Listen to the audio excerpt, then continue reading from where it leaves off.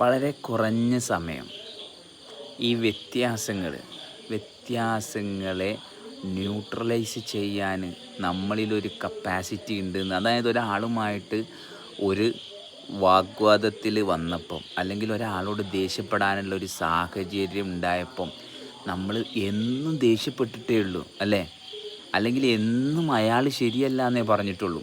അപ്പം മറ്റൊരാളിലെ ഒരു ശരികേട് കണ്ട സമയം, ആ ശരികേട് എന്തുകൊണ്ട് എനിക്കത് ശരികേടായിട്ട് തോന്നി, എൻ്റെ ഉള്ളിലുള്ള ഏതൊരു തീരുമാനമാണ്. കാരണം ഞാൻ ജീവിച്ചുകൊണ്ടിരിക്കുന്നുണ്ട്.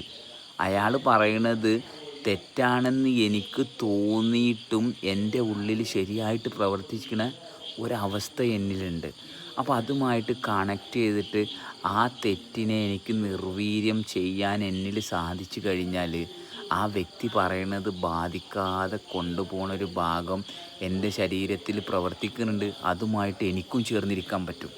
അവിടുന്ന് അങ്ങോട്ടല്ലേ നമ്മുടെ വെളിച്ചം എന്താണെന്ന് നമ്മൾ അറിയണത്, അല്ലെങ്കിൽ ആ വെളിച്ചത്തിലല്ലേ നമ്മുടെ തെളിച്ചുള്ളത്. ആ ഭാഗം നമുക്കൊന്ന് പരിശോധിക്കാം വെറുതെ.